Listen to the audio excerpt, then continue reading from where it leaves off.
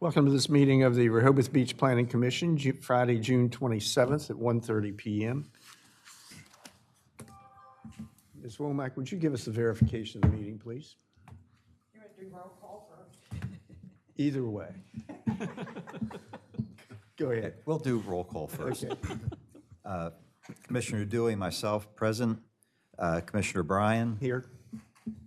Commissioner Hunter, Here. Commissioner Gay, Here. Commissioner Stockdale, Here. Commissioner Ellison, Here. Commissioner Davis, Here. Commissioner Stewart, Here. and Commissioner Strange. Here. Good, we have a full complement. Ms. Womack, verification of meeting notice, please. The agenda for this planning commission regular meeting was posted in City Hall and on the city portal on June 16th. And the agenda was amended and reposted on June 23rd and June 25th. Public notice for preliminary review of site plan review application number 0624-07 Atlantic Crowne Hotel for the property located at 17 Baltimore Avenue was posted in City Hall and on the city portal on June 4th. The public notice was published in the Cape Gazette on June 6th and June 10th, and in Delaware State News on June 6th and June 11th. Notifications specific to the project were mailed out to property owners within 200 feet, and signage was posted on the subject property. Public notice for public hearing of site plan review application number 0724-06 Coast Hotel for the property located at 123 Secondary Commerc in City Hall and on the city portal on June 4th. The public notice was published in the Cape Gazette on June 6th and June 10th, and Delaware State News on June 6th and June 11th. Notifications specific to this project were mailed out to property owners within 200 feet, and signage was posted on the subject property. Thank you, ma'am.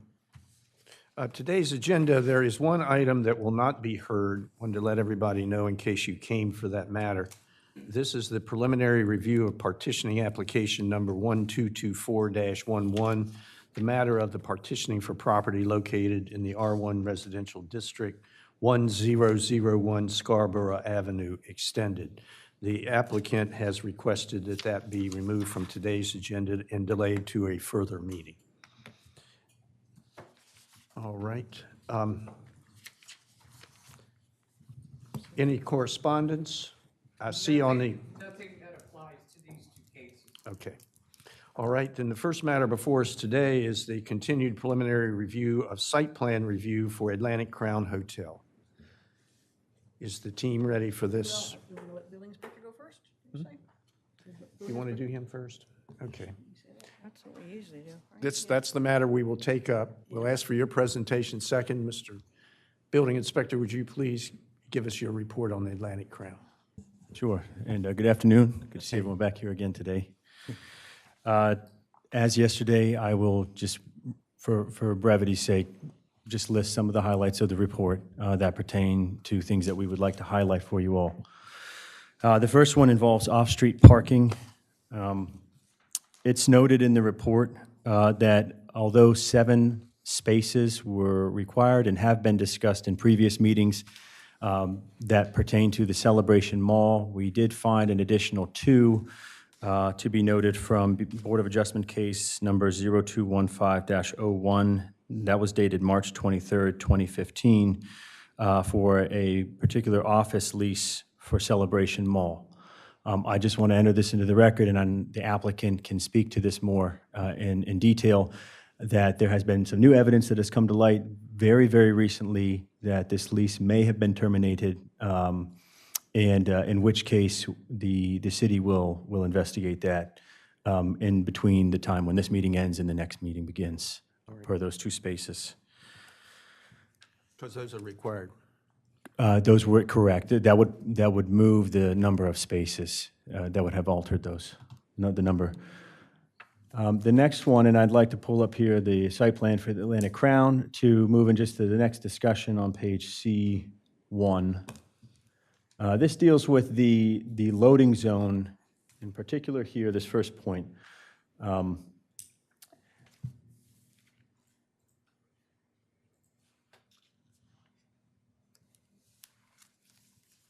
As some of you may or may not know, very recently, the applicants received a variance on April 28th, 2025, to have this loading zone be placed off the premise.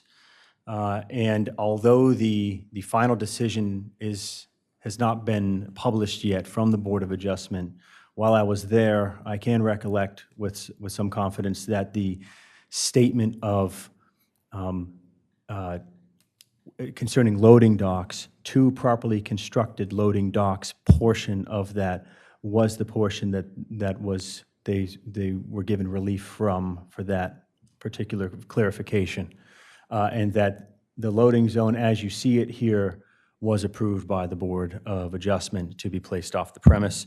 This, of course, is impacted as well, which was already discussed at the previous preliminary hearing in December 2024 here about a perpetual easement between the Sands and the Atlantic Crowne site.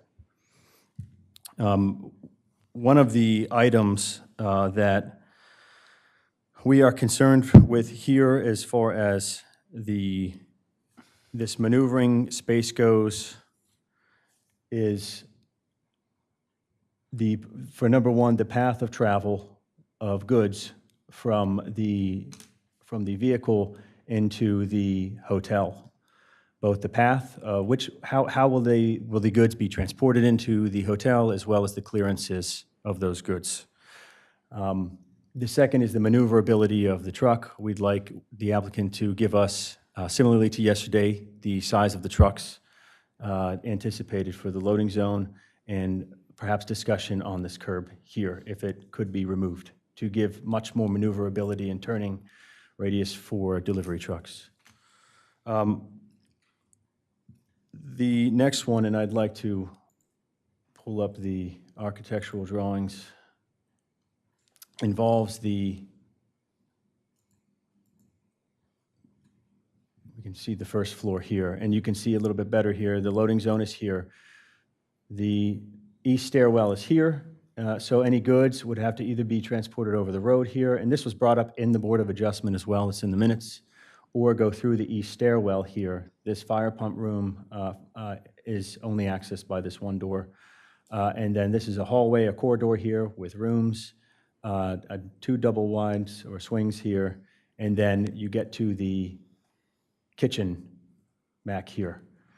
The other point that we would like to raise, and this is not in the report, and this is, I do apologize for this, as this came about just from the volume of work that this office had to do in the last several weeks, was we noticed there was no storage space or rooms for trash, cleaning supplies, bed linens, or toiletries.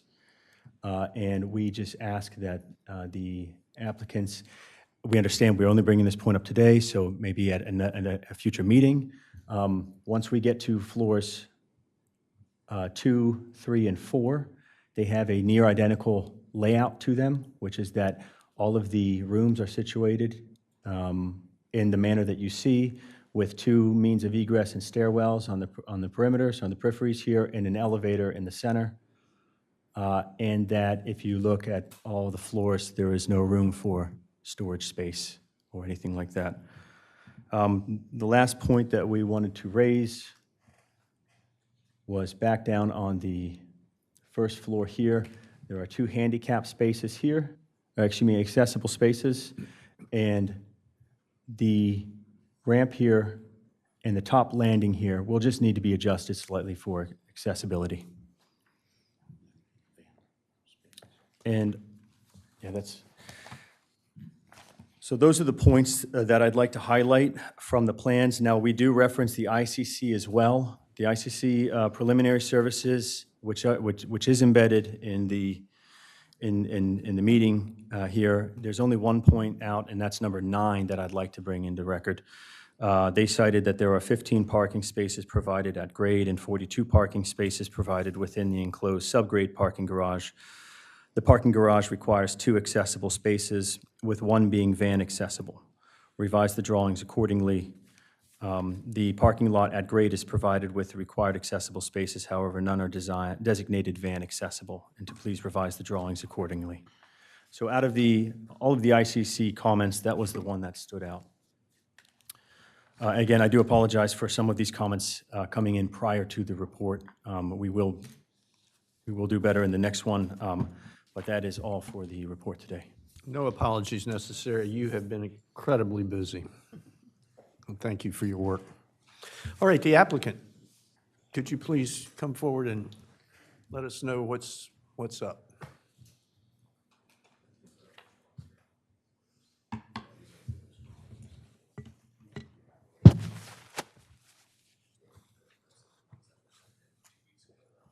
And I don't know that any of it matters, to be honest with you, but we did make some of those adjustments we need to speak to. Cleaning is done.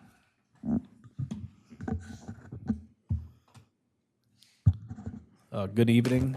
For the record, Carlton Savage from Scaled Engineering. I'm here today with Peyton Bridge from Davis Bone and Friedel. I am the civil engineer on the project. My address is 2024 Coastal Highway, Rehoboth Beach, Delaware. Peyton is the architect with Davis Bone and Friedel, so we're both here to address some of these final comments. I think our goal working with the city at this point is I think we're down to a couple very minor adjustments, maybe you may want to call them.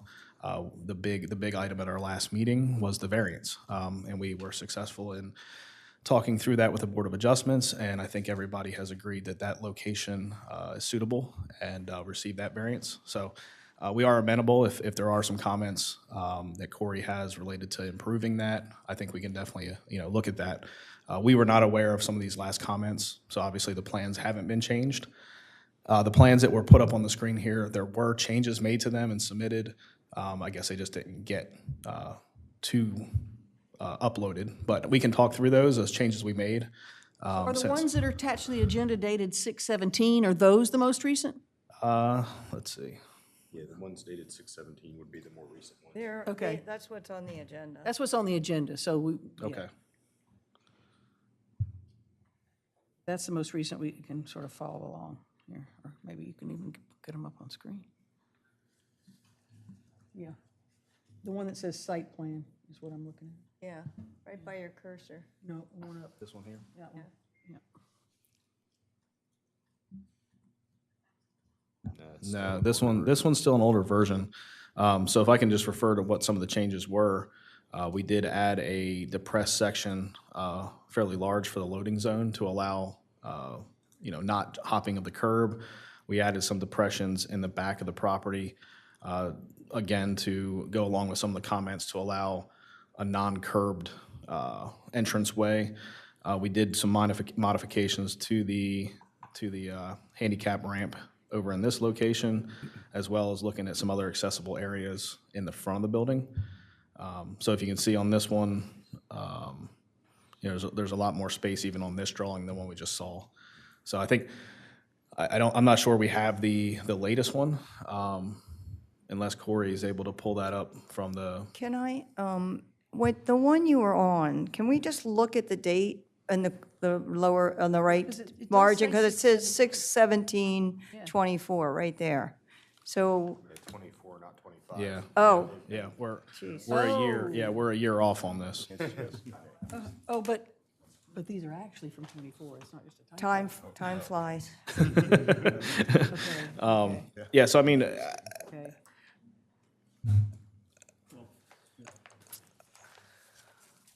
I'm not sure if I can email myself to this and pull up the drawings or not, or if I guess if the concerns are there, we can talk it through. If it's really detailed, we may have to try to pull up those drawings, but there was a link that we sent Corey with the files. It looks like the ones just, Well, Could I suggest that you follow Have up the and link? get with Corey and you guys coordinate what you need to do? I was gonna say, the printout should be, oh, yeah, so you guys have the printed copy. We have both of them. Yeah, we just don't have the digital copy to match. So your printed, sorry. Your printed copies are the most accurate.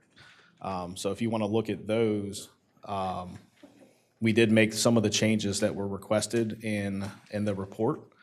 Yeah, we can pull it up. Can I borrow that? Do you have the email you sent to Corey? Yep. Can you pull that up and click the link? So everyone can follow along? Even in the email, I'm looking at it now, it has 6/17/24 on the date. I'm not sure if that's and this email was from June 9th, 2025. I'm not sure. So maybe it was our mistake. So, well, you might not have updated the date on your civil drawings. Yeah. I think we might have updated. It could have been something just with the civil rather than the architectural. Yeah. Both of them have been updated. But, I can't speak to whether the civil date has been updated. well, in order to resolve this, I would suggest you get all your dates straight and all your paperwork straight and get Corey happy. Yeah, And I have come no back. problem making Corey happy with the latest drawings. The ones you saw were the latest. Right here. They're the June 5th. Yes, sir. So, Yes, sir. But Can Ann, you can put your camera on that, right? They could use that? Because it's a shame that everybody's here to talk about this, and Is the architectural electronic up to date? And if that contains the civil. yeah, I So think both that's of them have important the- exercise. Also have the trash enclosure that was spoken about last time. That's been added to both drawings. And it's not on either one of them, that's, so you can see that back here. yep.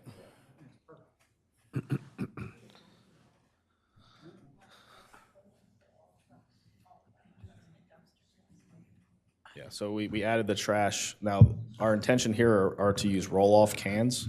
The trash is, we would likely use roll-off cans, take them to the street versus some sort of truck pickup.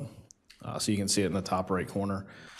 It's a large enough area that there could be, there definitely could be, you know, a dumpster type thing, but we intend to use roll-off cans and take them to the rear of the property.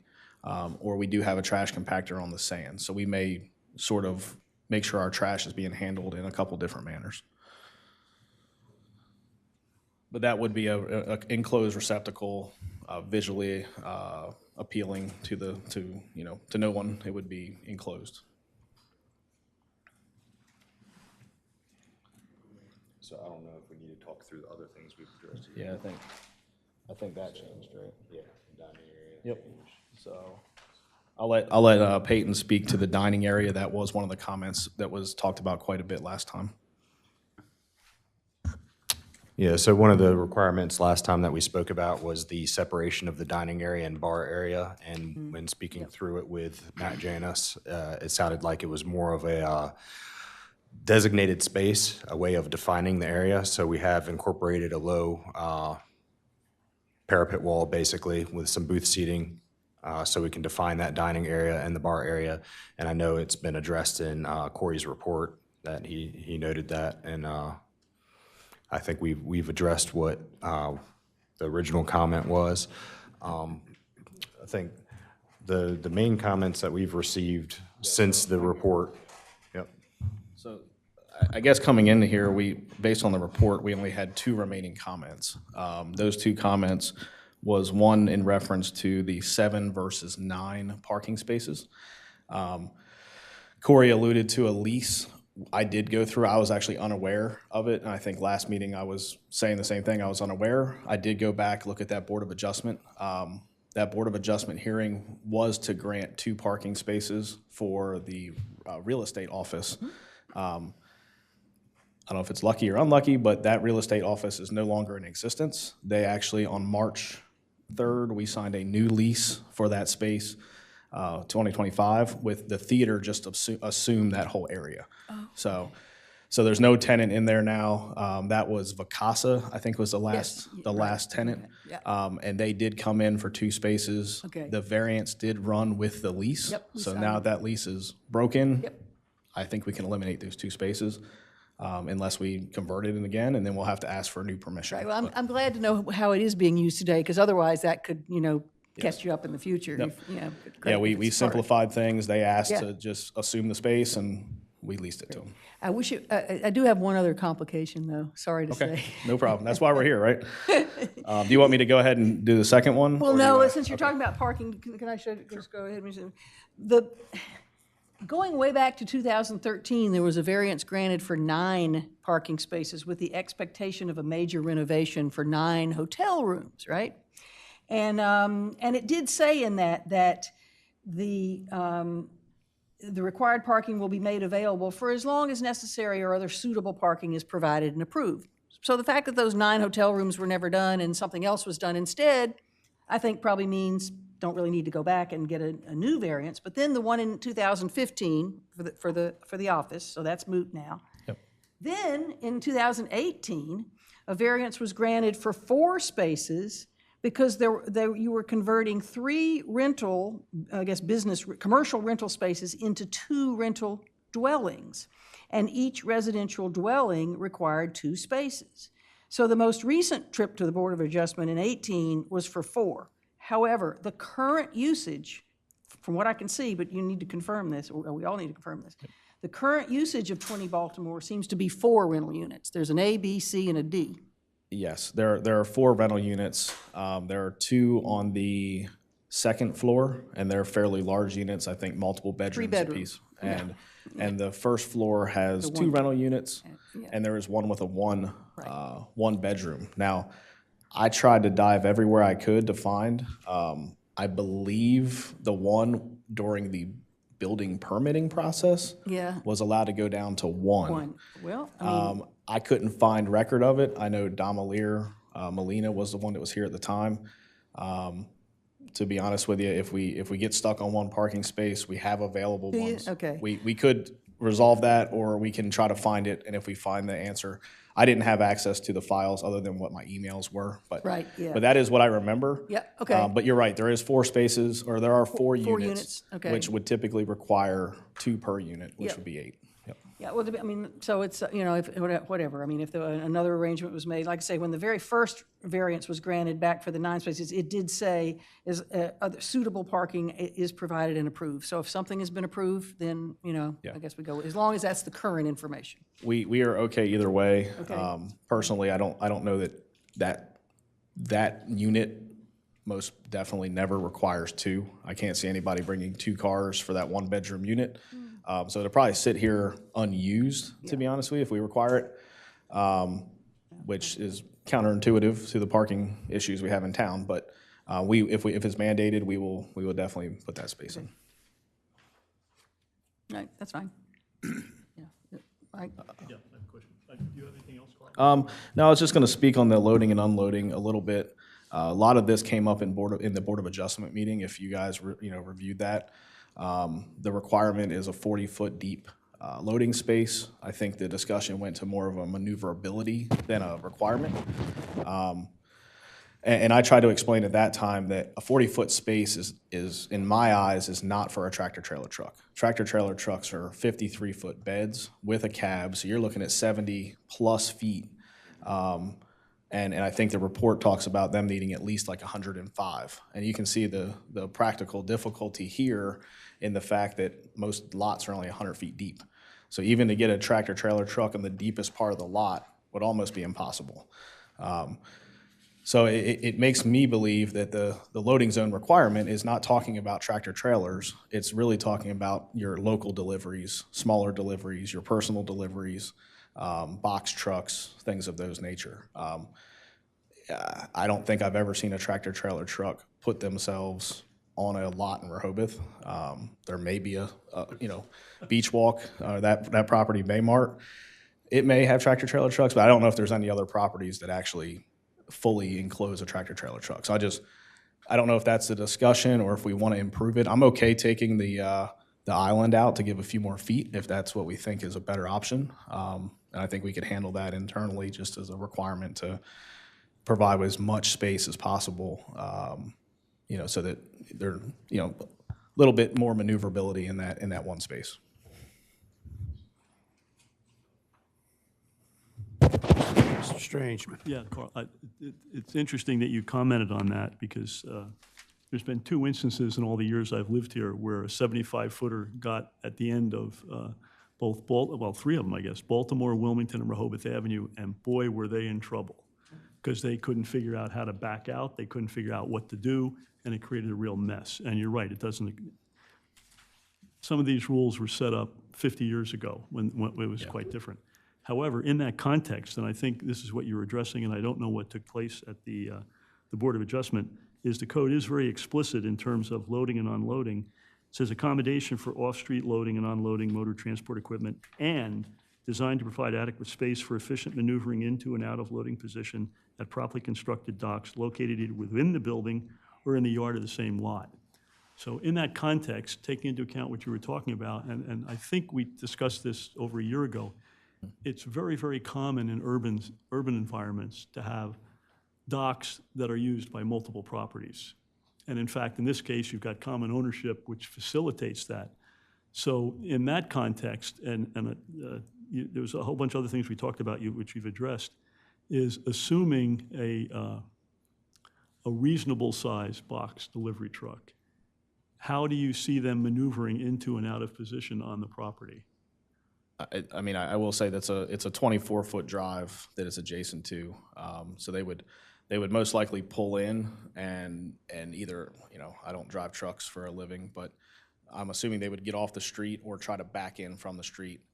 Depending on which direction they were coming from, where they unloaded last may definitely affect which maneuver they want to do here.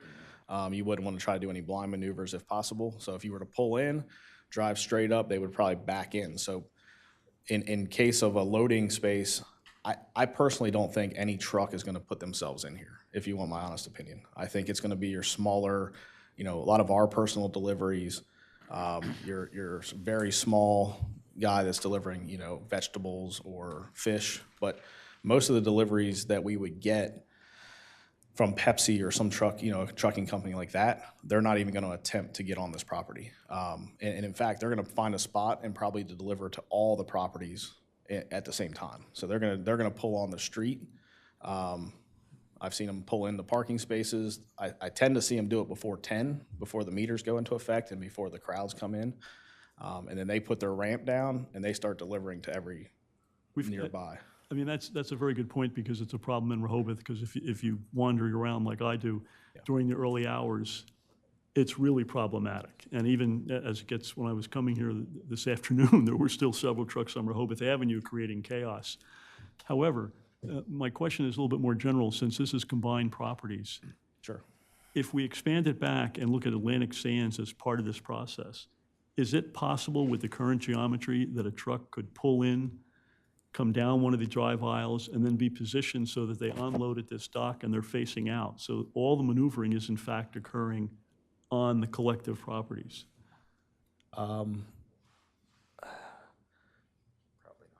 Yeah, I worry that they can't, they're going to have to use the one drive aisle. See if I can slide over. Oh, that's about the end of it. So they're going to have to use the one drive aisle you can see there.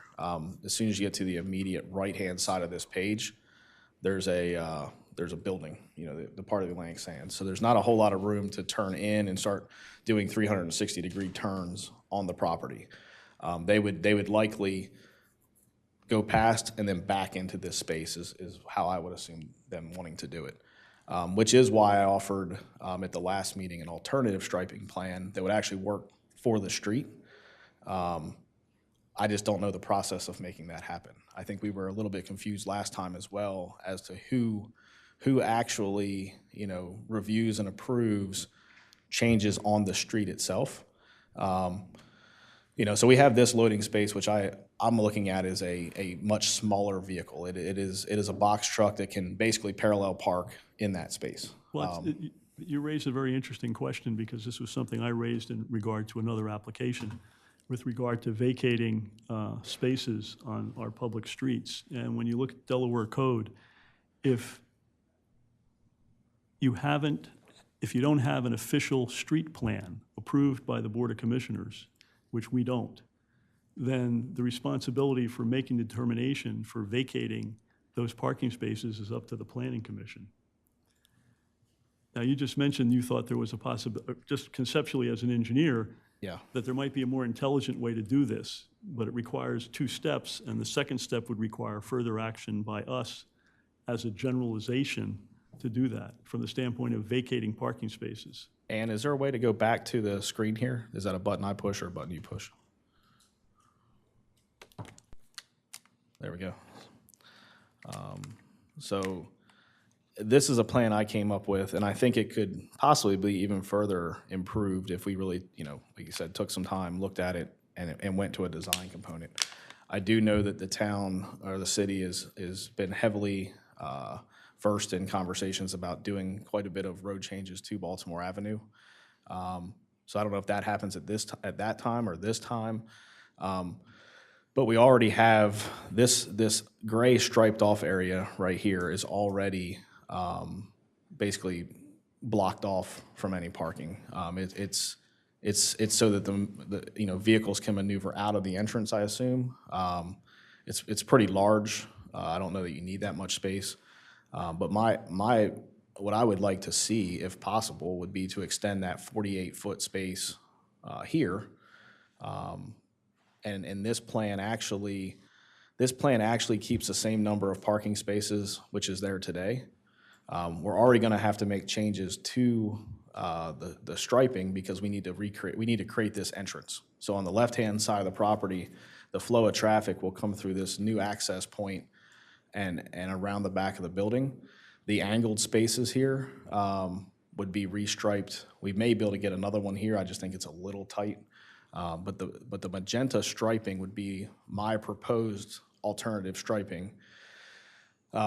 Keeping the same number of parking spaces. We have had conversations with the utility department here recently and the electric company. So there's electric transformer that's currently on the parking lot that's there now. They don't like it. We don't like it. I think it's in a bad location for maintenance, and it doesn't work at all for our new plan. So we have talked to the city to move it out here into this island, which then makes it that's where the utility should lie. Somewhere in the right of way is where most utility companies want to have their utilities versus having to deal with private entities, private companies. Just out of curiosity, because have they identified, or have you identified it jointly with them as to what size KW transformer that's going to be? Yeah, so we actually have submitted some of these plans to them. They're in the process of figuring out what that will be, the size of that. Actually, we were going to intend to do it sooner than later and approach the town about maybe making this change and getting it to where it should be in the future. To be honest with you, that's all on our dollar. If we do this as a new construction, they actually work it in as a part of the price that they do with the location. So you don't have a KW rating yet? It's going to be very similar to what you see there now. So the transformer that is there now, it'll be a very similar size. That transformer that's there now actually feeds Celebration Mall plus the two restaurants, Jam and Eden. Jam was torn down. And then I think it does feed one other property. I'm not sure which one, but it feeds a few commercial properties. With the two restaurants gone, it will still feed Celebration Mall and this new hotel, but the load of those two restaurants are pretty large. So this new hotel will sort of take on that load. It's going to probably be a few more KW than what's there. I think they'd have a 300 and a 500, I think. And then that's like your pole mounted ones. And then once you go above 500, I think you get into ground mounted, I think 700s and 1,000. So, but I mean, we have started those conversations. It was determined that change could be made internally with the city as long as the Public Works Director was acceptable of whatever we did. It's sort of in his purview to make those calls. From your perspective then, just as I'm not asking you to commit anything, but just generally speaking from what we discussed even over a year ago, is your preference to have loading potential capability on the street and eliminate some parking spaces? Because as you're describing it, it sounds as if the net of that will be number of parking spaces will be the same given the current situation, Correct. But it would actually enhance the capability of the loading and unloading function with the off-street dock. Correct. If that were to occur. This layout, as you see it right here, is a net zero from what's there today. We're eliminating two entrances, going to a single entrance. And then you really, by reconfiguring some of the spaces here and reconfiguring, adding this one on this end, which I don't think is really needed for the turning movements coming out of this entrance, you would be at a net zero, which would, to me, is a positive for both sides. Now, trucks can get off the road, do their unloading as they wish. This space, while only 40, I think this is 48 here, they park in our space all the time. that becomes the semi-unloading space in the everybody. morning. Yeah, which has been a little problematic with the construction that's going on, because this entrance has become our main entrance now. We actually took down we had a guard that was there that we could close this entrance off. We actually took it out because it was getting in the way. But with the construction at the end of the street, this has become a much heavier used entrance, and it has worked. But for the truck unloading, it's been a little bit more problematic. So and I don't want to put words in your mouth, but for what I'm seeing here is the city would benefit as well as the hotel benefiting. Everybody wins with that approach. I Which agree. would be the preferential approach. And we would not eliminate this loading space either. We would leave this where it is. It would become less needed. And this loading space on the street would become more of the, probably the used loading space. But if this one's full and we had a delivery coming in, it gives you a second possibility, which Right. is nice too. And I may look at it, I don't know if it makes sense. I don't know what utilities are in this area, but it may make sense to kind of, do away with this portion Right. and this portion. However, we're back in, this is all out in the right-of-way type changes. So that would be something that either planning and zoning or Corey or the powers to be, whoever that may be, would need to sort of bless at some level. I can't speak for the rest of the committee, but I can say as an individual, I would be extremely supportive of that philosophy because it makes long-term sense for the benefit of the city in so many different ways, because we already know it's dysfunctional right now, and this would dramatically increase the functionality. So I guess it becomes a combination of you proposing it, and then we deal with it if in fact everyone else agrees with what I'm saying. Yeah, I think our goal is to, we feel like we've pretty much met the requirements today. So allowing us to move forward with the full package here, we could bring this back as a second meeting if that's allowable, just to show what our final look is and get approval for that. But yeah, I mean, this is sort of a joint effort, I see it, because it is going to affect your road improvements, ours, the timing of construction, all that's going to affect what this road ends up looking like. Question? Yeah. Yes. Where do hotel guests get dropped off? Okay, I think I can show it on this plan here. So the way the flow really works here is this entrance, this new entrance that we're proposing, that people will come in with their vehicles.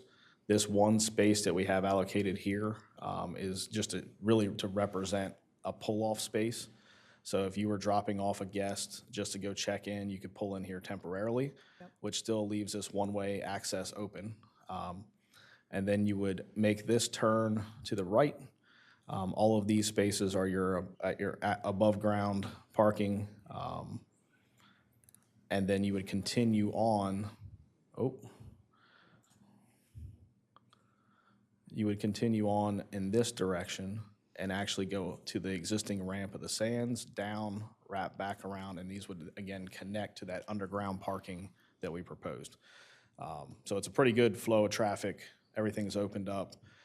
So there is the space to get, I think the question would be, if you're just dropping someone off, it's not going to clog up the entrance. There is room for a vehicle there to drop someone off and then get back into the flow of traffic. And then what about the van accessible? Corey, you said it needs one van accessible? Two ADAs and a third that's van accessible, is that correct? If you'd like, I can just read the comment Okay. one more time to refresh everyone. This comes again from the ICC preliminary services. There are 15 parking spaces provided at grade and 42 parking spaces provided within the enclosed subgrade parking garage. The parking garage requires 2 accessible spaces, with 1 being van accessible. Revise the drawings accordingly. The parking lot at grade is provided with the required accessible spaces. However, none are designated van accessible. Please revise the drawings accordingly. Yep. And I think the revision that was made, we actually this is the older plan, obviously. The newer plan that you can see here, we added that, basically just made that second space to the left of that open, or that cross hatch a van accessible space. So you actually have 2 van accessible spaces on the first level. We addressed that comment. It just isn't reflective on the plans on the screen. It is reflective on the ones on the table here, the ones you saw. Corey, you had mentioned the storage areas. Did you all address that issue of the storage areas on any of the floors? I mean, I know you said about the trash screening. Has the trash screening been, has that been solved? According to what they said earlier today? From what, if they have a trash, that would be exterior. Yeah. The comments that I made with the report primarily dealt with interior Okay. spaces for those items. Trash, bed linens, toiletries. Right, other okay, things. right. So Clean- it's cleaning one and the same supplies. storage areas you're talking about. Okay, and so have those, has that been addressed? I think we talked about it last time. I don't know if Peyton remembers the full conversation. Yeah, the way the conversation went is basically, the way we had talked about it last time when we were in here, I think you shared how you handle the breakers in Atlantic Sands currently. You don't utilize any of those type spaces. Everything's, all the trash is collected on carts, taken outside immediately. All the linens are processed off-site, so they go around, collect them on carts, take them out to the van immediately, so they don't have any need for these storage spaces. That's why we haven't incorporated them in this design. They just don't use them, so. Yeah, we actually, with this design, we actually purchased a property off-site with the intent of potentially using that as a laundry facility. We noticed that, you know, the washing and drying produces a ton of extra heat, extra dust, and plus we have to get our staff here, and they got to find parking. It becomes kind of problematic for the staff even. So with this plan, we 100% made efforts, and we'll probably take out of the sands and the breakers. We may leave a washer and dryer in each just for emergencies, but our intent is to remove all the laundry facilities from our properties, frees up additional storage space. We have food and beverage space that we could use that for. Here, again, trash, you know, cleans the room, goes in the cart, be bagged and taken off-site in the roll-off temporarily or in a trash compactor. Yeah, and there's no code requirement for that kind of space, right? No. Okay. No, definitely every inch in Rehoboth is important, so we've thought about it. You know, we're trying to provide the biggest guest room as possible and meet the codes and still function, so we've definitely taken it into account. All right. Anyone else? Okay, so you do still have some revised paperwork to get to the building inspector, correct? Correct. So assuming we're good, I think we can start taking these plans, get our attorney to draft up some of these agreements, cross-access agreements, make sure they're in place, recorded, acceptable to Corey. So that's sort of the paperwork I see. There's a couple more comments that we'll address with Corey. I didn't hear anything today that makes me believe we can't address those. But we'll take a look at the formal comments when we get them and go from there. Well, in that, I guess I have a question then, or do we know enough to vote to take it to public hearing? It may not be next month if you've got to do all those recordings. It may not happen in time for us to put it on our agenda next month, but do we, I mean, from an information standpoint, do we have enough? Is the plan final enough that we can at least move that so that the next meeting, when it does occur, is the public hearing? I don't know. Is there some thought from the other members of the commission? I see some yeses. I would be say in yes. favor of a motion that would bring that around, Yeah, yes. I think it's yes, and this applicant has shown a proclivity to move things forward in terms from the science of urban planning, if you will. And although this has an interesting new sidelight with the street vacation, but that's under our control as well. No, it sounds like everything is very close to being tied up. Right, yeah, and the only issue is timing, right? Because you have to do those other agreements. And I guess just to talk that through, there's a lot consolidation plan, I believe is one step in it. We will have a easement between the two property owners, and that will incorporate, that one document's going to incorporate everything we've talked to date. You know, are you looking for those to actually physically be recorded or just in possession so that when it's approved, obviously until we build the building, it doesn't count. But either way, I mean, taking and getting it recorded is just one last step. I would just ask one question from the legal standpoint on our end, is having this combined loading dock on the properties is an in perpetuity agreement. In other words, once you've joined that function, it's a forever activity. So is there anything that has to be special that's done from our standpoint that they have to do in order to make that particular, and I don't know the legal terminology. That may be in the Board of Adjustment decision, isn't it? Yeah, Which it is. Isn't out yet. Yeah, basically, the way this would work is we would, the Atlantic Sands property would grant an easement for this property until which time it was not needed. So if this hotel were to be demolished or taken away, then the loading goes space away. would go away with it, much like the lease we just talked about with the office. So I'm not an attorney, so I'll let somebody who's definitely smarter at writing that language come up with it, but it's gonna be hard enough. I mean, we want it so it's proper as well, in case we wanted to sell one entity or the other. That agreement would have to be strong enough that the future buyer would understand that it's there and they can't do anything with it. So That was my it would be legal. concern, is if at some point in the future, when other people are involved and it's decided to sell off one of the Yeah. properties. Correct. You're still stuck with that requirement. You Right. can't get around it. Yes, it would absolutely be recorded in Sussex County Recorder of Deeds, and anybody purchasing that property their attorney at settlement would pull that document out and say, it's legal, and you're encumbered by that easement. Mike, Is there a motion to move this to public hearing? I make a motion to move this to public hearing. Is there a second? I second. Any discussion? All those in favor? Now, we don't know what date quite yet. It probably won't be the July date, which is the 24th, but we certainly will get you on as soon as we reasonably can, given They've got workload and stuff to everything. do. They've got to submit a bunch of stuff Yeah, first. yeah, so at least we can move you to that level. Nick, I'm sorry, real quick, Mr. Chair, just a suggestion, we might want to make sure that we get the record as decision from the variance and factor that in as well, so that we can ensure that any conditions pertinent are applied and Yeah, and, demonstrated. well, what would happen is if we schedule it for a public hearing and we get there, Yep. and all of this hasn't been taken care of, Put it on down. we won't hear it that day. Just want to make sure to put it out there. Thank you. Okay. did somebody second already? Yes. Yes, we have a second. All those in favor? Aye. Aye. All those opposed? See you the next time, sir. Thank you. I just want to add one thing, a reminder, especially in light of what happened yesterday.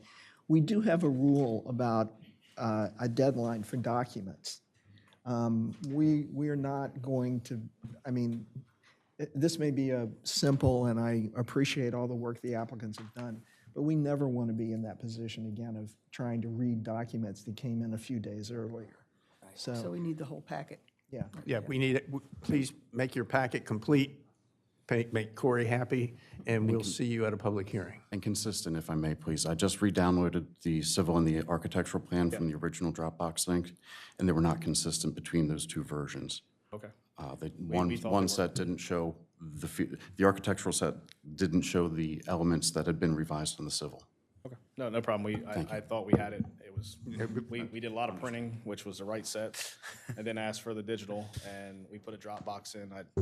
I guess the wrong plan got in the Well, Dropbox. we're paying special attention to that now to make sure that what we get and what we see is the same as what they have looked at. Absolutely. And there have been some discrepancies in the past.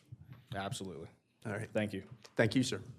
Mike, can I ask a question, not about that application? Sure. But I would prefer, I don't need the physical drawings personally, and I like save a tree. Is there a way for us to tell applicants how many of the, or Copies are Ann? made inside. We could tell Ann, there's no reason that she has to do physical copies for those who don't want them. Is that true? Okay, well, we Let's can ask work Ann. with Ann. How it is when an application comes in, typically for the planning commission, it is an original plus 12 copies. Because I have to provide for Corey, for Nick, for myself, for record. And that's the way all the applications come in for the planning commission. Board of Adjustment has a set number, and I am not gonna pick and choose between members of who gets what and who doesn't. Yeah. Okay. Yeah. And Why not? all these diagrams are produced by the applicant, correct? The city doesn't incur, yeah. All right, if the paperwork issue is resolved, is there anyone here from the public to address this application and where we are on this? Please come forward. Are you not doing the, what's this?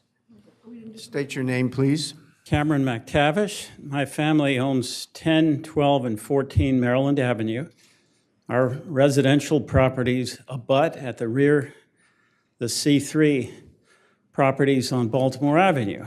And your comprehensive development plan from 2020, which has been adopted and approved, talks about eliminating adverse impacts from commercial activity on property abutting residential. And I think we're experiencing that currently with the Atlantic Sands, the noise of loading, the bright lights in the parking garage, the noise of the HVAC. I only see that getting worse with the Atlantic Crowne. So I don't see an effort being made to honor the commitment and the direction in the Comprehensive Development Plan of 2020 that talks about eliminating adverse impact from commercial activity on adjacent residential. And I'd appreciate it if this was considered. And I speak for our neighbors as well. Sure. You have to give me a second. It's on Chapter 4, page 12, Land Use and Annexation. The CDP included provisions requiring the city to ensure that its land use plan and zoning code were drawn to avoid any adverse impact of commercial development upon residential neighborhoods. And in reviewing its zoning code, the city should eliminate any currently permitted commercial categories of use that have clear potential for adverse impacts on residential neighborhoods. A careful review of the zoning code should thus include an examination of the uses allowed in all commercial zoning categories, along with their heights, frontage, setback, and coverage limitation. Because of the close proximity of many residential and commercial zones, avoidance of adverse impacts of commercial activity upon residential neighborhoods should be a high priority in city land use decisions. Consideration should therefore be given to rezoning commercial properties within the city that adversely impact surrounding residential neighborhoods. And I think I've probably said enough. All right, sir. I appreciate your comments. Thank you.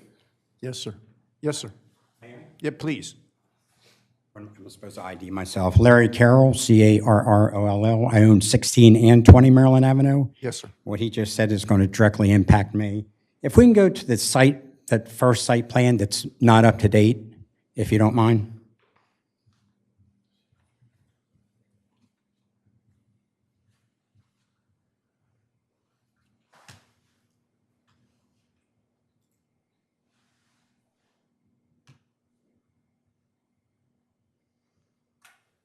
If we can put the one with the building. Can we go over a little bit? I want to see where they're going to put that trash can. Oh, we don't have that one. Yeah, well, you did it in one of them. In the civil. Yeah. Is it the architectural? If you go to the civil. Okay, so it should be shown in the civil. Go to page,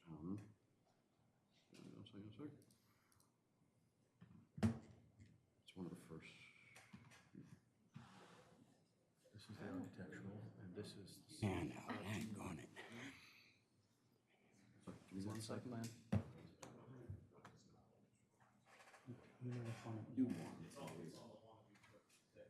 So there's, C1, I'm sorry, C1. On the civil set, yes.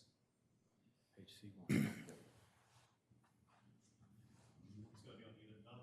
Well, it's right. It's right You're in the garage. Yes. So this is you and this is you. Hey, I need you at the microphone. You're in the garage. Yeah, please come back to the microphone, sir. There you go. Not that one, that's All right, I'm going to come back to the microphone, but I'm going to go up there and point. C1. So right here. That's where we're talking about the trash is going to be now. And this has happened to me in the past when the Atlantic Sands tried to run a restaurant somewhere on Baltimore Avenue where the church used to be, that, by the way, I used to go to as a little kid.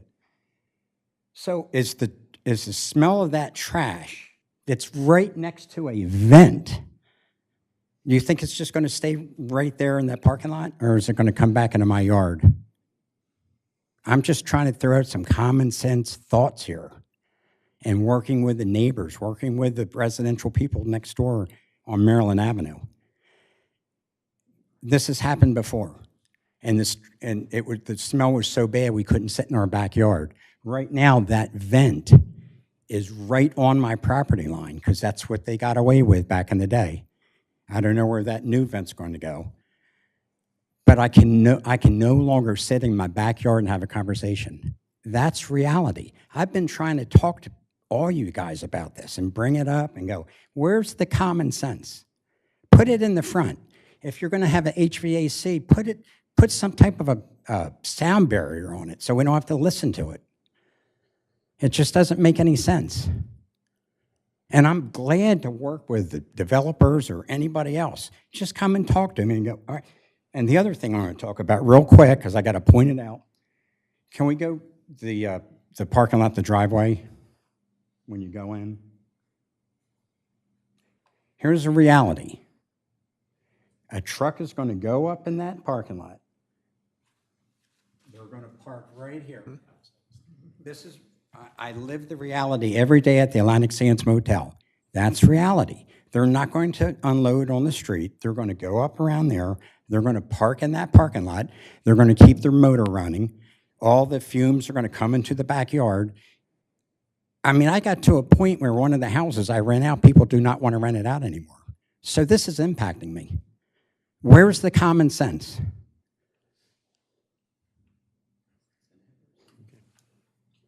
I thank you. Does anybody have any questions of me? No, sir. Thank you. Anyone else? No. Mr. Savage, you're still here? Okay, so you've heard the comments? All right.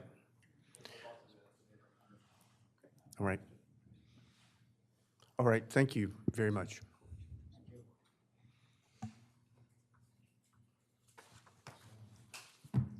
All right, the next matter on the agenda is the public hearing of site plan review application number 0724-06 Coast Hotel. Mr. Forston is here. Mr. Robertson, I'm sorry. It's just a carryover from yesterday. Yeah, no, I won't say what I was going to say. There's a lot of tongue biting. All right, what you have for us, sir? Is there anything more for the building inspector at this point? Anything to update here at all? The only thing that I would say is that the report showed in bold blue the only minor revisions to the previous one, which was to say that the means of egress comply with acceptable distances. Okay, so the outstanding issue, as I recollect, is the third floor bar. Correct. Is that right? Yes, sir. All right, sir. Okay, well, I am still Vince Robertson of the law firm of Parkhouse, Yerk, and Swayze. And just because this is a public hearing, I do want to make a quick record. Sure. You'll be glad to know that, again, I have a PowerPoint of exactly one slide. And that you're looking at it, it's just the facade of the hotel. We do have the plans available should we need them. I am here today with Will Harvey from the ownership group, Mike Nash also from the ownership group, and he's also sort of the construction manager of these projects, and then Craig Johnson, who's the president of North Star and the general contractor for the project. So as a bit of a brief overview, as you know from the meetings we've had before, this is an addition of 10 hotel rooms and some minor related space, all within that FAR variance that was granted by the Board of Adjustment back in June of 2024. As we said all along, this has been actually a good collaborative effort. There's been multiple revisions or tweaks, I would say, to the project as we've gone along. And I think particularly with regard to the ADA parking, that conversation's resulted in a much improved layout where no ADA spaces existed when it was the Sandcastle and even through the prior renovations. So on the technical side, what I'd like to do is just incorporate by reference everything that we've presented and said up to this point, so that's all part of the record of the public hearing. In terms of documents, I think the important documents, though, to just reference are the ones that are embedded in today's agenda, because those are all the most up-to-date plans. They include the most up-to-date report from Wallace Montgomery and the city. And in terms of the bar, that's my letter's embedded in there, which is our position on that bar. With regard to the hotel itself, it does comply with all the zoning code requirements, including that variance with lot area, setbacks, height, the safety, the lengths of hallways. We talked about that before. Corey's looked at the data that we've presented, and he's comfortable with that. The one thing I will say on that is I think we all recognize that the final say ultimately, and that's going to be the fire marshal. They're going to look at those distances. They're going to look at which way the doors go, how the doors operate, all that sort of thing. So, and we understand that, and Corey understands that, and our design team and everybody else understands that. So, you know, that's going to be baked into the final construction plans. So the point being that really the last issue is the bar itself. I just do want to point out one thing on the ADA. Mr. Strange did throw us a bit of a curveball on that the last meeting. Not deliberately. Yeah, but when we went back and looked at it, it really wasn't so much of a curveball because we had talked about that before with regard to the structural elements of the garage and the parking. And Mr. Schenko and I talked about, you know, making sure we were on the same page, just for the reason he stated in his report that it's a level 1 alteration, which doesn't kick in those requirements. But I think more importantly, as a practical matter for everybody to keep in mind, as I said at the outset, is, you know, this is a way better result. I mean, the hotel has now ADA compliant parking spaces. It has, as part of the prior renovation, when it didn't have any before, as part of the prior renovation, now it's ADA compliant throughout. The first floor bathrooms are all ADA compliant. There's ADA compliant hotel rooms within the facility, and there'll be one that's actually, you know, built from scratch in terms of being better. Probably it's even one that's in the hotel now with retrofitting prior rooms. So it's a much better product than what existed when it was a sandcastle, and as a result of going through this collaborative process. So we're all good there. The bar, it's gonna sound repetitive, but we're really in the same place that we were last time, which is to agree to disagree. You know, I'm gonna point this out again.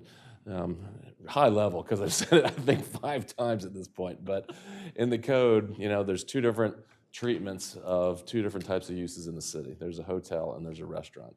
And we've said that there are different silos and there are different treatments of those under the code. I find it interesting that the city, in its report, said that the city does not dispute the fact that the hotel could receive a liquor license and then be permitted to serve beverages to guests anywhere on the premises. So on the one hand, the city's saying, we have to be governed by all these restaurant requirements. But on the other hand, they're saying, well, the restaurant requirements don't apply to hotels because you could serve anywhere you want to in that hotel premises. You know, so we're already kind of mixing and matching things from the city's perspective. To me, again, I think the city's code's clear that if you have a restaurant, you have to comply with the restaurant dimensional requirements, location requirements, permittive compliance requirements, because that all specifically applies to restaurants. Hotels, on the other hand, aren't referenced anywhere in the permittive compliance requirements. They're not referenced anywhere in the dimensional requirements for bars. And they also say that you can have these other things that a restaurant couldn't have. You can have club rooms, public banquet halls, ballrooms, and meeting halls. You know, restaurants, we know, can't do those in the city of Rehoboth Beach. And restaurants can't just say, well, you have this open space where there's not a bar, there's not table seating, but you can serve beverages throughout that space, you know, because we know restaurants have specific square footage requirements. So in the best case scenario, obviously, we'd like you to approve the site plan with the bar. And I proposed that last time, and all I got was crickets. So I understand that we're in a disagreement on that. But I do think it's something that needs to be resolved. And in that regard, what we'd like to see you all do is one of 2 options. One is approve the site plan with the condition that we get a variance or legislative code change to address the bar. And that would, of the three options, the best one being just to approve it, that's the second best. The third best would be to deny it and then let us figure out sort of what we want to do in terms of variances or legislative changes. In either of those two scenarios, we can still move forward with the site plan. We'd obviously have to submit a revised site plan as part of the construction plans that doesn't have a bar on it. But by keeping that in the decision, that kind of keeps us moving forward in the conversations, either with the Board of Adjustment or I think more appropriately with the city commissioners. Because I've submitted information into the record, and we've seen that, we want to do this, but there's other hotels that are operating really similar, I think the same in some cases, and probably at least one of them is pretty much the same, but similar to what we're doing.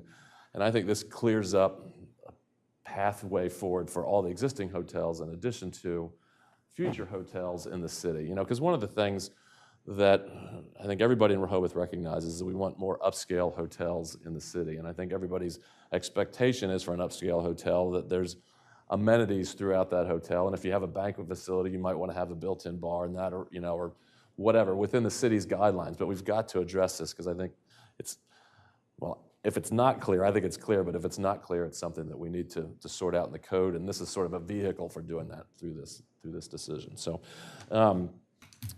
and you acknowledge that that would be a legislative change, perhaps, or a variance. Either one, yeah. And the timing. We don't have power either of those. No, I totally recognize that. But the other thing is, sort of a caveat to that is if we just took it out, then, as I know we talked about that last time, if we took it out, then if we go to pursue a legislative change, for example, it's sort of, well, why do you really need it? You just took it out, that sort of thing. I'm not saying that to put you all on the spot. I just think it continues the conversation better. So, okay. With that, I'll just conclude by saying thank you for, enduring this process with us and all the back and forth. It's a good hotel product now, and I think it'll be an even better one with these 10 rooms without any impact on the city or the neighboring properties. So we do think it's a good renovation. And one thing I forgot to mention at the beginning, just because I need to make a record, and you all asked for it, it does comply with the city's comp plan.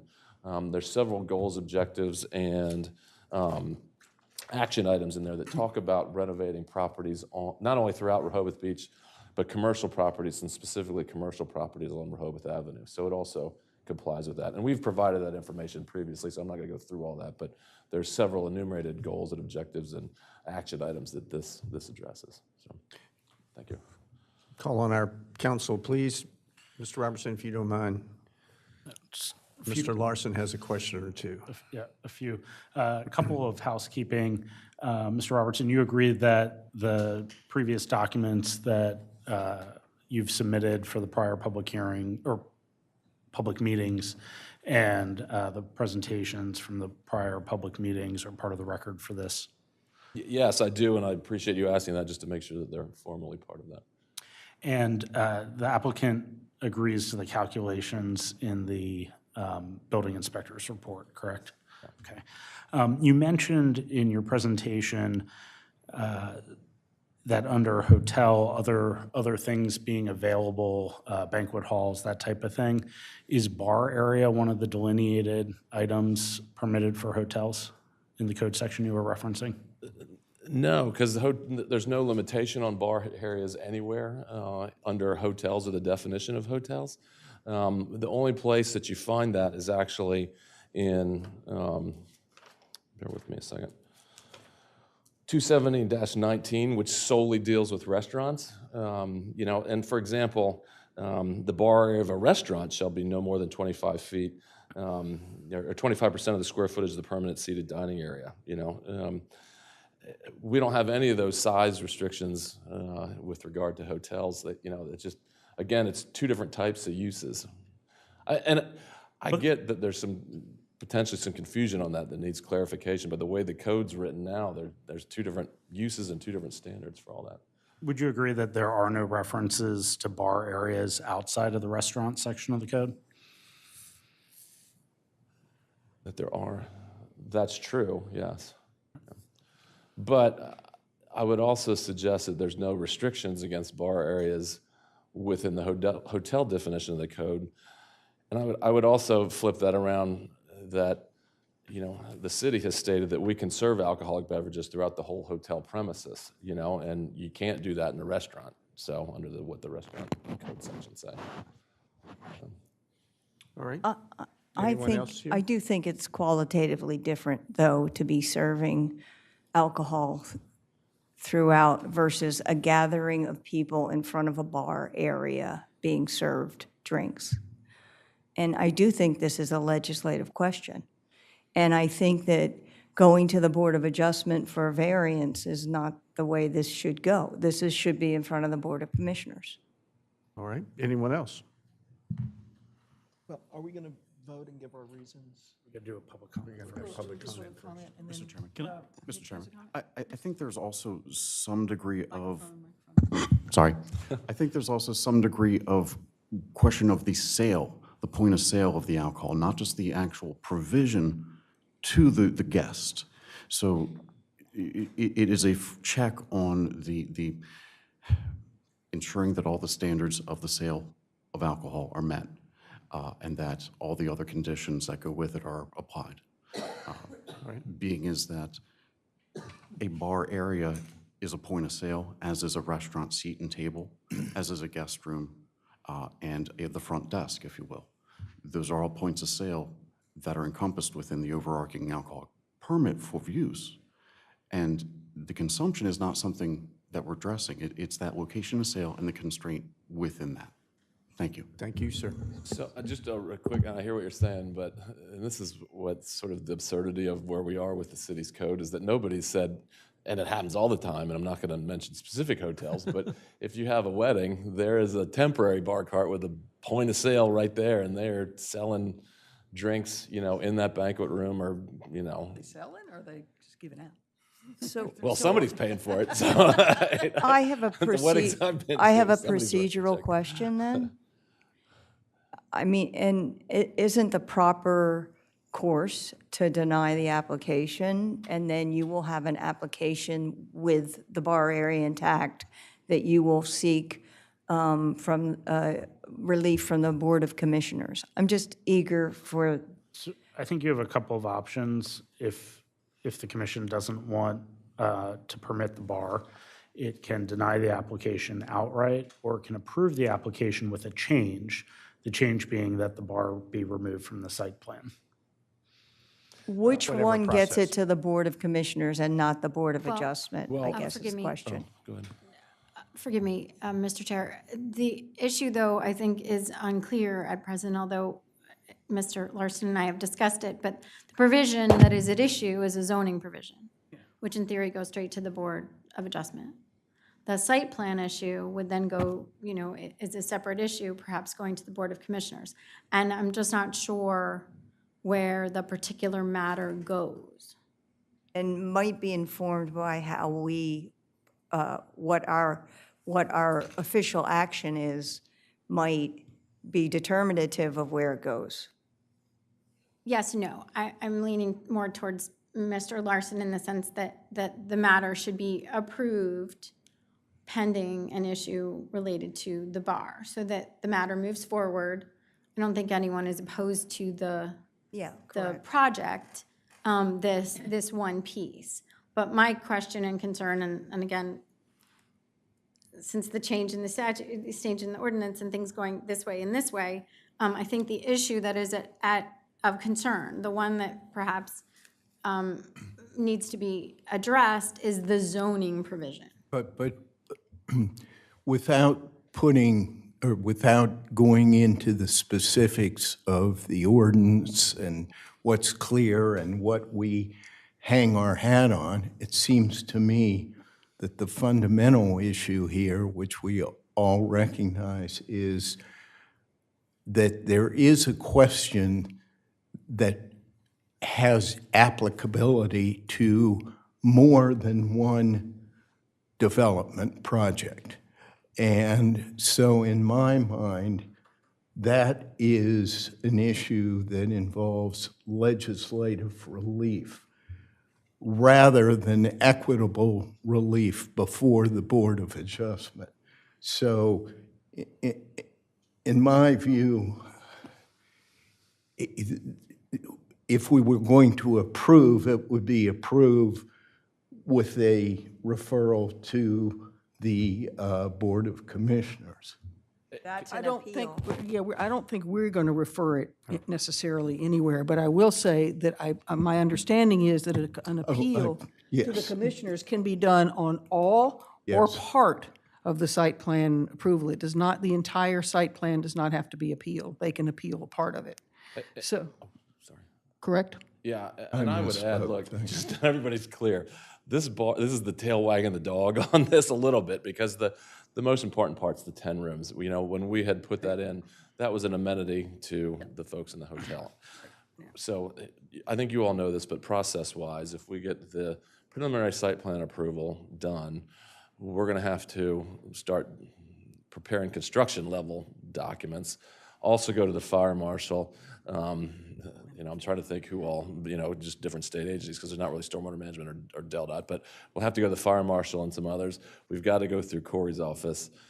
You know, meanwhile, there's going to be construction. You know, there is plenty of time, if we even choose to do it at that point, to pursue the legislative changes on the bar. I just, you know, we just don't want to get hung up and held up on that. It's in light of this process, we realize there's an issue with the way the code is. You know, we don't want to get delayed on that, and there's still plenty of time to address that. And if it doesn't get worked out, there's no bar there. You know, that's the long and the short of it. So. Well, there's an old saying that has a lot of truth. If you have 2 lawyers, you have 3 opinions. How many lawyers do we have here? About 9. That's just like litter boxes for So I cats. would like to take a 5-minute break Can I, and let can I say, though, my point was, as a matter of policy, we've had a very near-term history of our code being rewritten by the Board of Adjustment. And I don't think that's a good practice for a city Well, when these decisions need to be made by the electeds. And that was my point. Yeah, no, and maybe I'm not speaking for my client so much in this, but I would agree with that, because if, you know, and I don't know what options we're going to take, but that doesn't solve anything. We've got an issue that we have, but there's a larger issue with the code. And, you know, to the extent that maybe we can all join together and pursue this, you know, that's fine. But I just don't want to hold up this project over a bar, you know, that, you know. That the is, CDP requires, yeah. right? 5 minutes. Okay. 5 minutes. We'll take a break. Well, I thought, wait a minute, public comment? Why don't we take a Oh, break? I keep, Oh, you want to take a break? let's take a Okay, break. Okay, all right, it's fine. Okay, sorry. The lawyer's hairs are on Oh, I fire. see. Okay. Do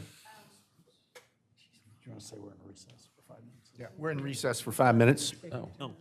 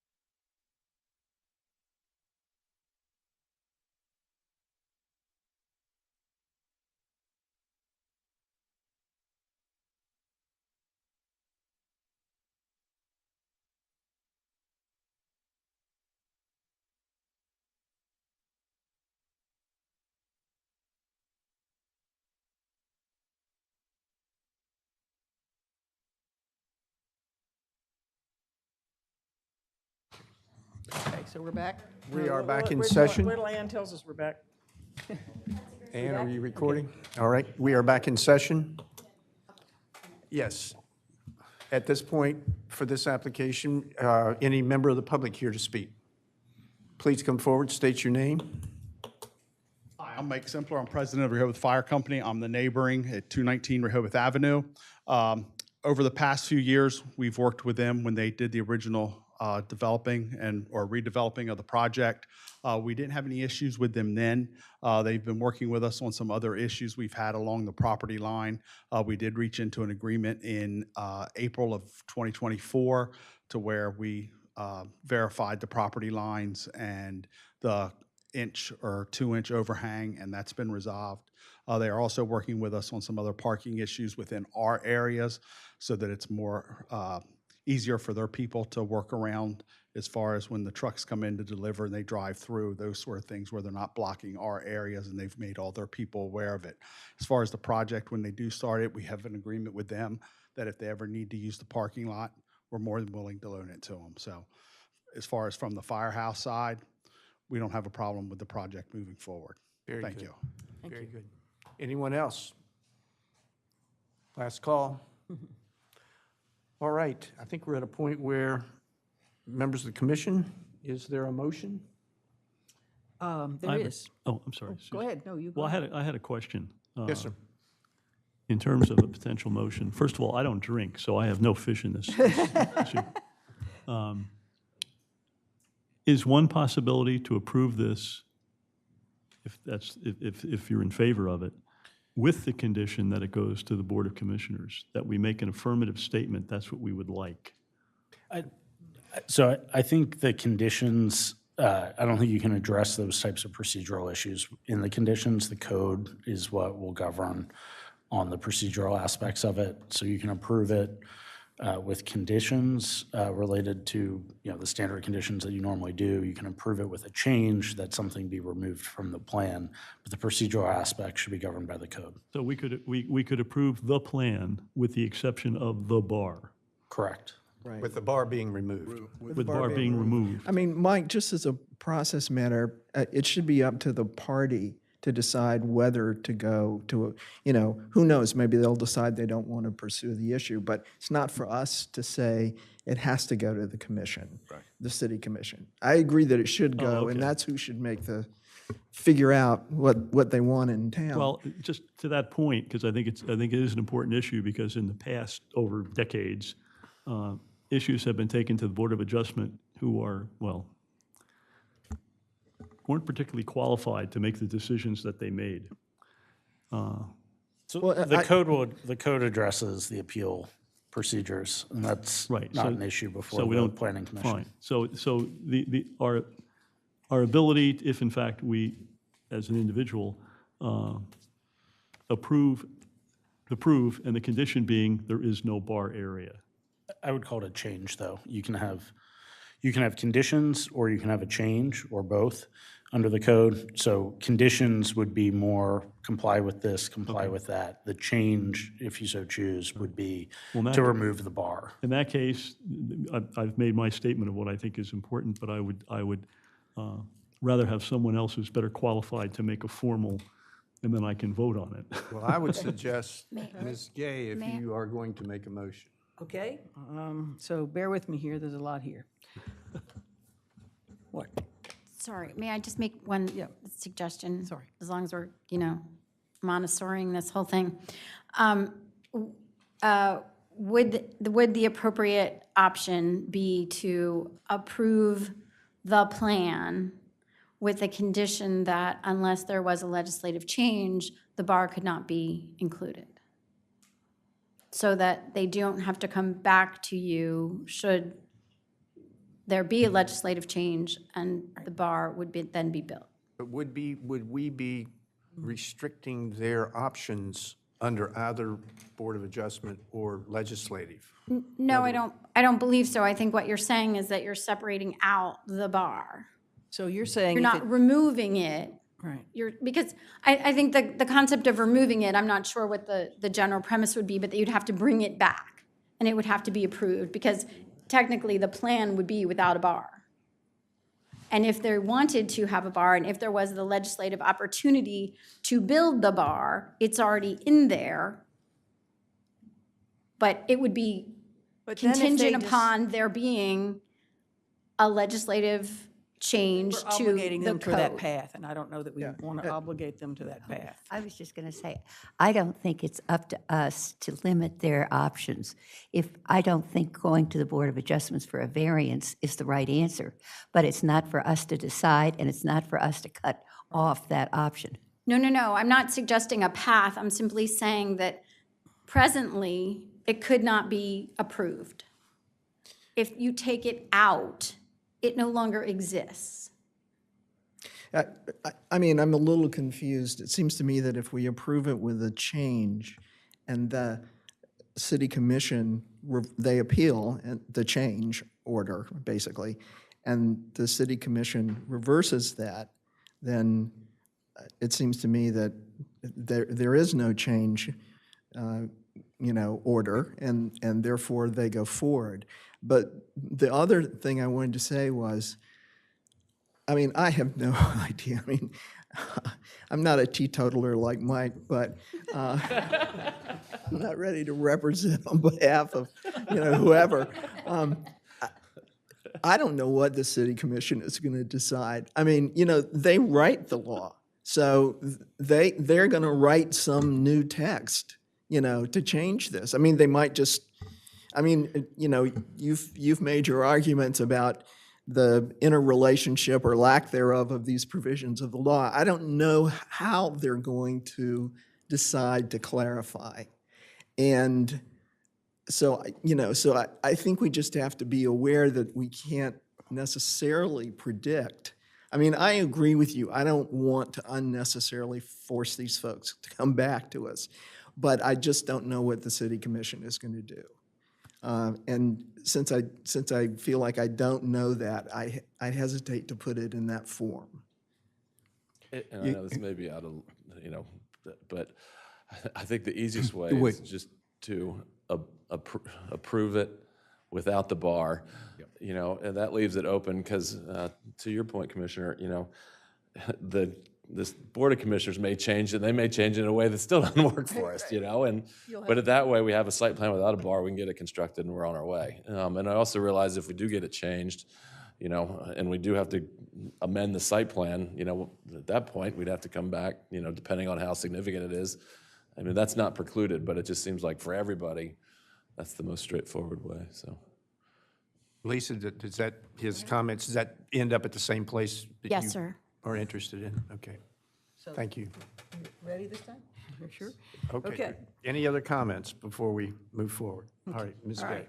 I move to approve the site plan review application number 0724-06, Coast Hotel for the property located in the C1 Commercial District on lot number 61, 63, and a portion of 65 Rehoboth Avenue, and lots number 8 and 9 Second Street, Sussex County tax map parcel number 334-14.17-96.00, subject to the following conditions and one change.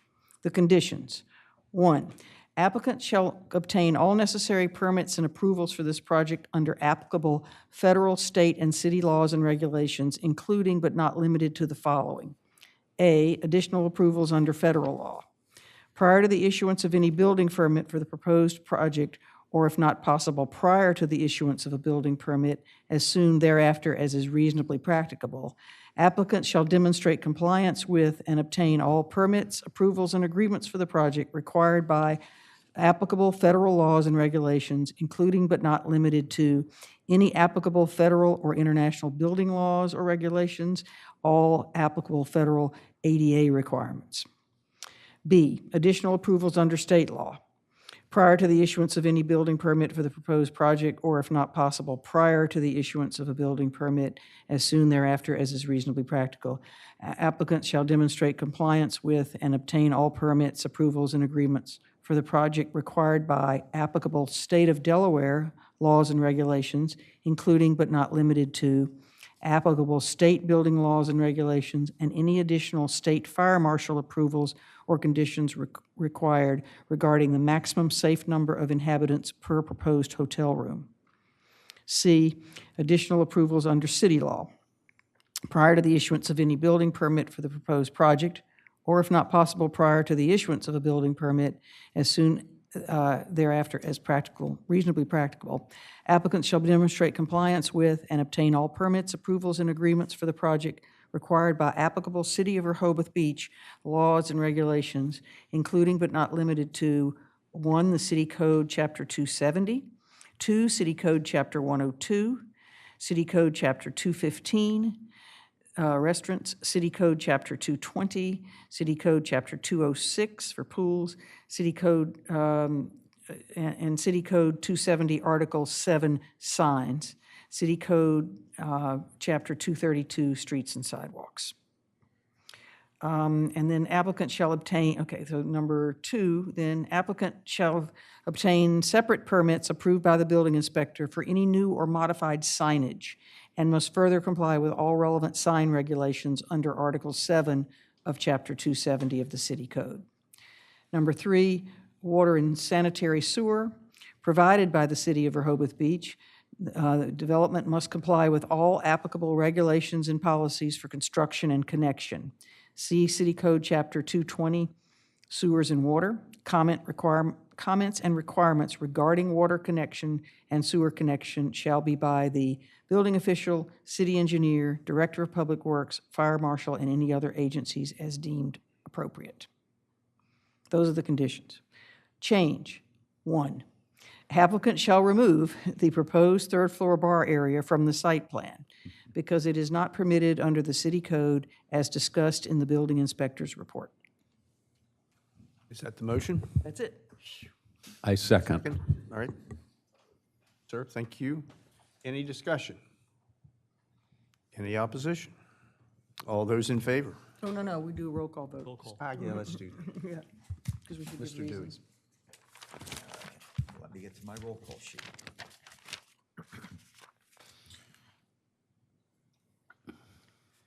Okay, this is a roll call vote on the matter concerning the Coast Hotel. I'll begin with Commissioner Stockdale. As indicated, I voted to approve the motion. I want to compliment the applicant on the proposal and the willingness the applicant displayed to work with the commission. I agree a number of thoughtful changes were made, and I think those changes are a benefit to the public. So I commend you for that. I also would say only that I feel strongly about the way the denial was, or the approval was structured. I agree with the discussion that occurred here. What you do with the bar area is a matter for you to pursue, but I do believe that the discussion has revealed that the issue in this area is an issue that could reoccur, and therefore I believe it's an issue that should be considered as a legislative matter, period. Commissioner Ellison? I agree with the Commissioner, pardon me, Stockdale, in what he says. I vote yes, happily. Commissioner Davis? I also would incorporate Commissioner Stockdale's comments into my vote to approve, and particularly having been in Rehoboth long enough to remember the old sandcastle, and actually during a period years ago when we were renovating the house we used to have in Rehoboth, we stayed in the old sandcastle. This is a wonderful improvement. I wish it had been around back in those days. So I happily vote to approve. Commissioner Stewart?